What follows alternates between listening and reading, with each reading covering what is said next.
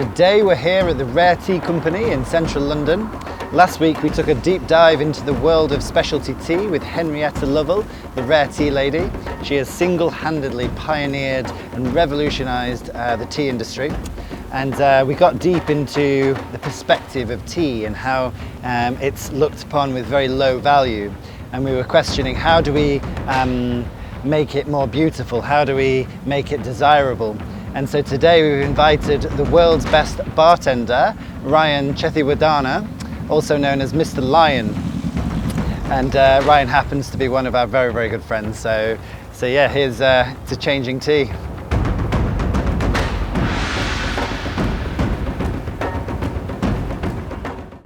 Hello, hello, hello! Yay! Tea! Hi, Ryan. How are you? Very good, all the better. Yeah. Having Ryan here to go. Yes, I'm drunk on tea. Okay. Tea plays so beautifully with alcohol. It's almost like they were made to go together. It's a solvent. It just brings out the flavour so quickly. And if you're with a little bit of accuracy, you can really take each level of flavour out the way you can't with water. Absolutely. And I think, you know, again, from learning from the two of you in like different forms of this, is like that purity of flavour. How I think we all like obsess over trying to capture that at different times. Yeah. It's and hard. It really is so is hard to do, but when you do it, there's nothing better. So will you make us a drink? I will make you a drink. I shall make you both a drink. So this is cloud tea. This is from Meghalaya in India. This is up in the Himalayas, and it's super fruity, floral, rich, malty, chocolatey. I mean, it's complex and delicious. Instead of using the tea as a lengthener here, it's kind of using it as an accent and a textural agent. It's going to really draw out, like it gives us incredible creaminess to this. Really simple drink. This is easy to do at home or in a bar, but it's trying to find links. So a blended rum, but it's all about the same idea: provenance, a sense of place, amazing creators.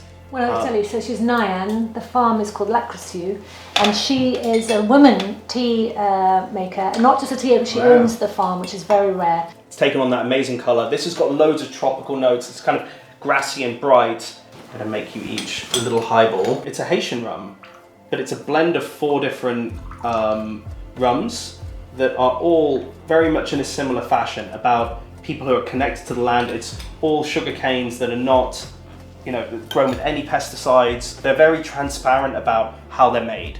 You know, the distillation style they use, the yeast they use, you know, they've got these incredible produce. They want to be able to represent it. So hopefully this should do justice to the tea as well. So not tons of ginger ale, just a little crown.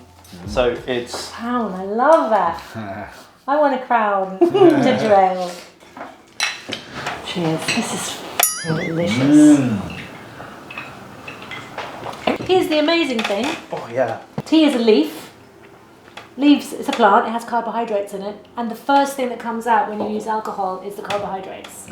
Highballs, they're designed to be like this. We can sit and chat, and as it dilutes, we'll tease out some of those other flavours.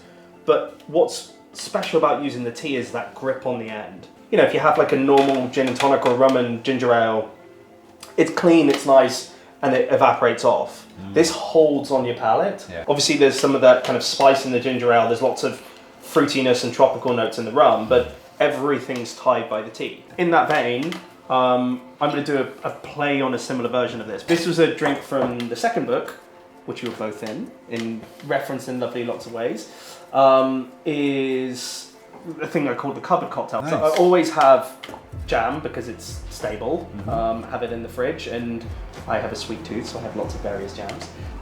Tea, of course, I always have your tea. So using a white tea, and then just as a little accent around it was some salt. So it sounds quite odd as a drink, as a combination, but it's really flexible. This is from my stepmother. This is from some brambles that are growing up in Abbots Bromley, which is an odd part of the world up in Staffordshire.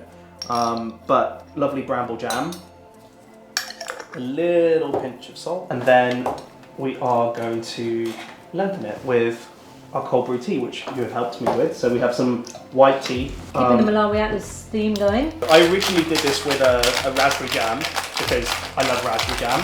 I don't want to whip too much air into it. I just want to make sure nicely chilled, everything incorporated in. We'll have a little sip and then we're going to spike it. Obviously, we're adding a little bit more dilution into it because we've got the ice. But just what lingers on the palate from the tea is just like... Peaches.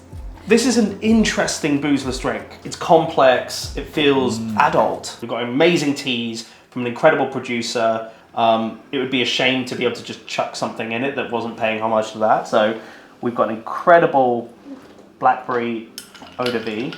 This stuff is sensational. This will change as it opens out over ice. Really? Yeah. Crazily fresh and alive and chlorophyll. And then underneath there's all the lovely herbs from the garden, and you're picking, so it's like a herb garden and a fruit garden at the same time. This is so delicious. Ryan knows I have a difficult time with sweet cocktails. I think that Not is... sweet though, is it? This is just so elegant. It is just divine, and that I want to see more of. I think it's incredible. Tea has florals, it has minerality, it has tannin, it has sugar, it has carbohydrate. And the lovely thing about alcohol is you can bring out all those flavours, but the fruitiness, the earthiness, chocolate, and malt, and all these different flavours, and it adds much more than just one dimension, it adds so many dimensions, it's useful. I think It does seem like such an incredible, powerful force within a cocktail. Oh, totally. You know. It's an amazing ingredient to have, and this is what, you know, we want to get people like encouraged to do, is think about their ingredients. You know, think about where they've come from, who's made them, where you're sourcing it from, but then what that gives you. It's an ingredient to, you know, like everything else you include in your kitchen or your bar. It's like there's so much scope for those ingredients to do the heavy lifting. They can do all of the magic for you when you source amazing ingredients. You know, as you've taught me over the years, you know, when you get something that's got either an amazing story or like a really incredible profile, you don't need to add lots around it. You know, I remember when you first experienced like Alexander's with you, I was like, this is great. Like, I've never come across something like this. And it's, you know, we're learning about where it comes from, what it means to that whole like ecological system. And it gives us an amazing set of flavours. And I just love that. And I think it's an easy way for everybody to start thinking about all of their food and drink.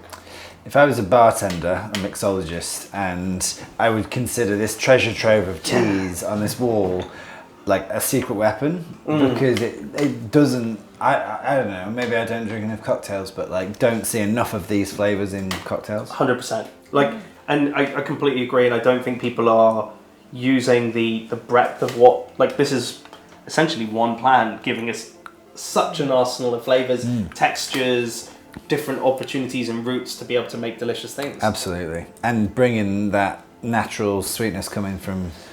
So one thing that's really interesting to add is that this is the beginning of cocktails as well, because there wasn't fruit juice, there wasn't Coca-Cola, there wasn't tonic water, and the first ever cocktails were punches, and the base and the lengthener of punch was green tea. Yeah, tea. totally. So we just go back to that place, and now we have so many more teas than people had to play with in the 17th century.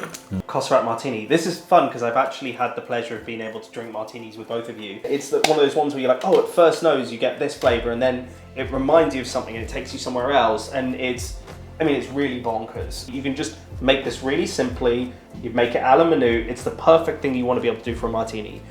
You're sharing with loved ones, martinis are unrivaled as a drink. And it's quite common in Ethiopia. It's called Cossaret, and it's a very important herb in use in Ethiopian cooking, especially around celebration. Really? Such a wonderful thing to be able Look to at share. how silky it goes as well. Just you can see from the pour, cold gin. Always a pleasure. Yeah, absolutely. Always a pleasure, thank So you. good to have you on the channel. It's been much more fun.